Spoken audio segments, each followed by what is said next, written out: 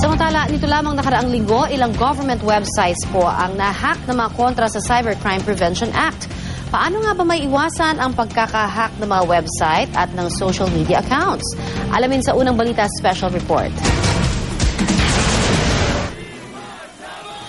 Kaliwat kanan ng protesta sa Republic Act 10175 o Cybercrime Prevention Act of 2012, hindi lamang sa kalsada, kundi maging sa internet. Sa katunayan, noong nakaraang linggo, ilang website ng gobyerno ang hinak. Ito ay bilang pagpapakita ng grupo ng mga hacker ng kanilang pagkadismaya sa batas, partikular na sa probisyon ng e-libel. Pero paglilinaw ng eksperto, dineface lamang ng mga hacker ang mismong website ng gobyerno at hindi ang server nito. Like for example, nung nahack yung BSP website, hindi nangangahulugan na yung computer ng BSP, yung bangko, yung transaksyon, nahack mo. Hindi. Ang nahack yung website lang. Pero ang pagtukoy sa mga hacker, hindi raw magiging madali. Kumbaga sa pinto, kumbaga sa bahay, hindi yan sa pinto lang papasok. Pwedeng pumasok sa bintana, pwedeng dumaan sa bubong, or sa backdoor, ika nga. No? So maraming lusutan yan. No? Tapos sa internet, mas komplikado pa. Kasi nga, pwede akong pumasok sa isang computer at ang ginamit ko computer ng ibang tao, no? Or let's say for example, palalabasin ko na sa Pilipinas ako pero actually nasa ibang bansa ako.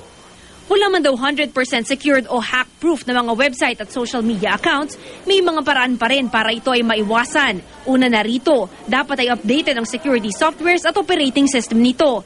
Gayon din ang hardware nito, ang kanyang infrastructures at firewall. Lalong-lalo na yung mga tao ay dapat maalam din kung paano maiiwasan ang pag-hack.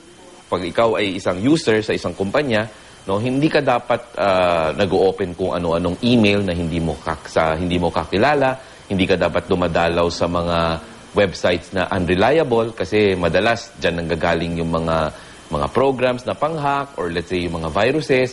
So even the people should also be informed and trained.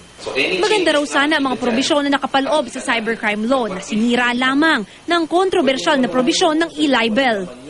Ang ganda sana ng opportunity para sabihin natin sa international community, no, na the Philippines is ready, we are here, we're ready to do business with you online because we have now a law to protect your interest just in case merong gustong or merong nag-hack sa inyong mga website or sa inyong sistema, meron na kaming kaukulang batas para maparusahan yung mga gumagawa ng ganyan. Unfortunately, yun nga, because of the provision against, provision about libel, na-overshadow niya ngayon yung buong batas, no? So, ang pinag-uusapan ngayon, yung libel. Nawala yung merit nung buong RA 10175.